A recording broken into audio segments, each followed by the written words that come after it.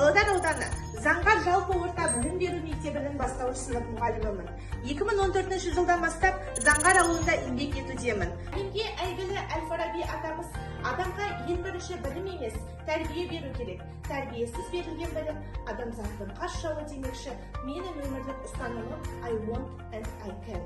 Балаларға құндылыққа бағдарланған заманауи білім беру.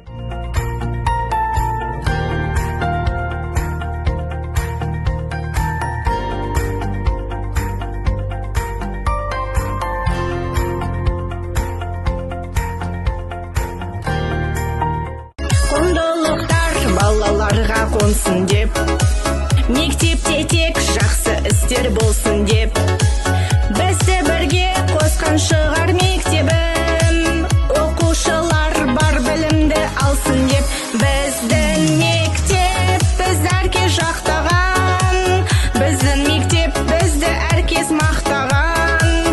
Мектебім